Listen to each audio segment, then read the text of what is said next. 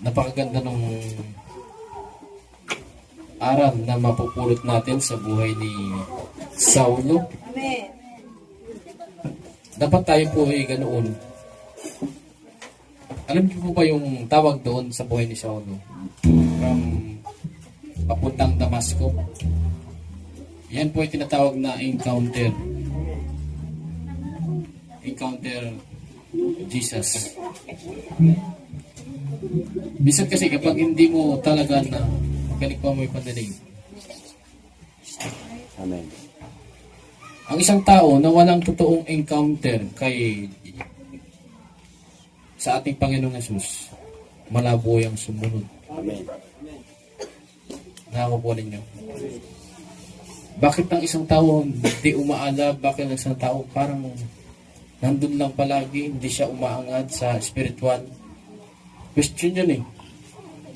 Baka hindi pa niya na-encounter ng totoo ang Panginoon Yeshua. Amen. Amen po ba? Amen. Kailangan mo ma-encounter ang Panginoong Jesus. Amen. Meron din naman na ganito. Na-encounter niya na. Nakaranas siya ng himala. Nakita na siya ng liwanag. Napagaling siya, napuspos siya. Sa kabila na na-encounter na niya, nangusap sa kanya sa panaginip. Di ba? Sa kabila na na-encounter niya na ang Panginoong Jesus sa iba't ibang paraan, eh hindi pa rin tumugon. Delikado po yan. Amen. Amen. Amen po. Si Apostol Pablo na dating Saulo, nung na-encounter niya yung liwanag ni Kristo, agad-agad naglingkod siya. Amen. Wala nang duda-duda. Amen. Amen po. Wala nang duda-duda na wala nang pagdadalawang isip. Ganyan po dapat ng Kristiyano kapag na-encounter mo Amen. ang himala ng Diyos, ang kapangyarihan ng Diyos. Wala nang pagdadalawang isip. Ay, totoo na to eh. Amen. Wala na. 100% sure ito. Pero, paano mo sabing 100% sure kung hindi mo naman talaga na-encounter? Kaya ikaw yung tao talagang duda ng duda ng duda ng duda. Amen po ba? Amen. Amen po. Kaya hangarin mo na ma-encounter mo talaga ang Panginoong Jesus. At kapag na-encounter mo, eh, panindigan mo. Amen po. Ang pagiging Kristiyano. Huwag kang Amen. duda ng duda. Amen. Amen po. Okay? Awitin po natin. Salamat sa Lord.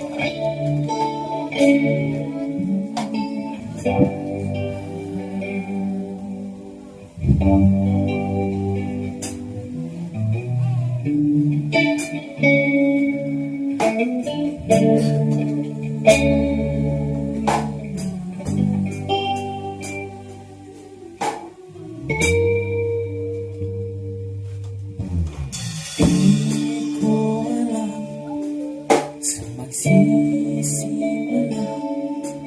ano aking magagawa, kanino matitiwala, ngayon ako'y nawawala, hindi alam saan papunta. Nakita ako ngayon, naiwanan sa Kanya. Siya ang Diyos na bigay na binigay. Si Jesus magliwanag sa akin. Panginoon Jesus,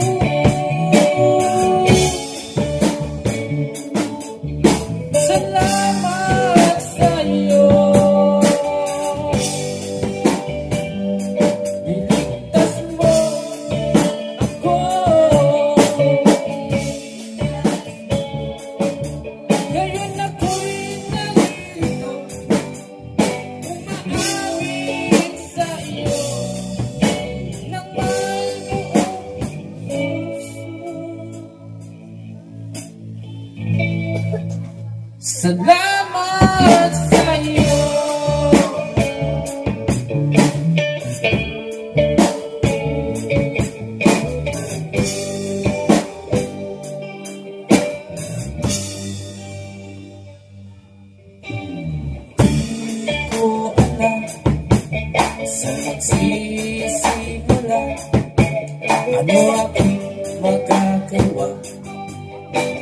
ako'y nung magtiwala, ngayon ako'y nawawala.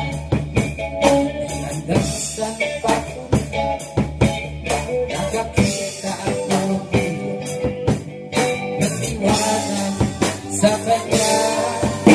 Siya ang Diyos na nagbigay daan.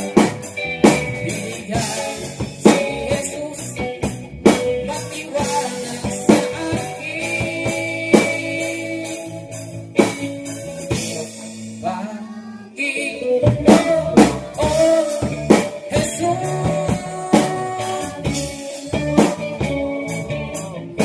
salamat sa iyo. Niligtas mo ako. Ngayon ako'y naririto, umaawit sa iyo na may buong puso. Panginoon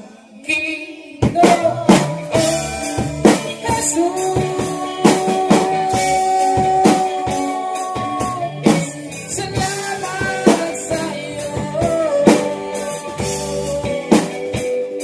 Niligtas mo ako. Ngayon ako'y narito, umaawit sa iyo na may buong puso.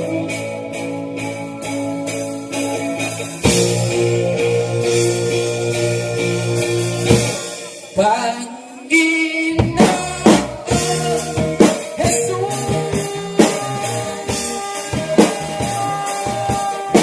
salamat sa iyo. Niligtas mo ako. Ngayon ako'y narito, umaawit sa iyo na may buong puso.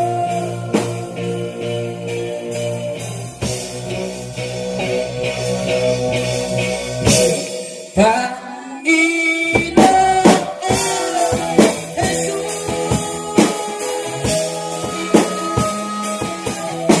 salamat sa iyo. Niligtas mo ako.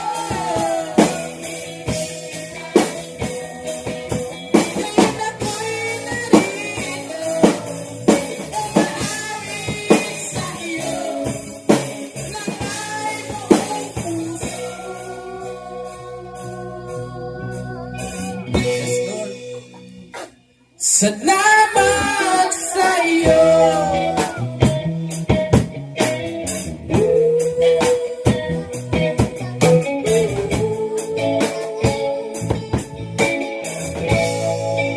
Salamat sa iyo.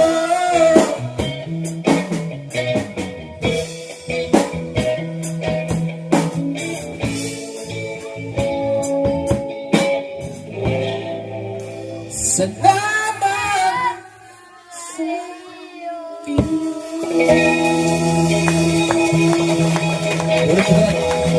Lord Jesus, maraming salamat po sa liwanag na binigay po ninyo sa amin. Walang iba po, hindi si Kristo namin Panginoon Yeshua, amang Diyos. Ito po yung manatili po sa amin. At habang kami sinusunod, magkaroon ng liwanag ng aming buhay na magdadala rin ng liwanag sa kapwa namin tao o Diyos. Hallelujah. Kita po palagi ang katuruan ni Kristo sa aming pamumuhay. Maraming salamat po. Ito po ang aking dalangin. Nagkakaisa po namin panalangin sa pangalan ng aming Panginoon Yeshua. Amen.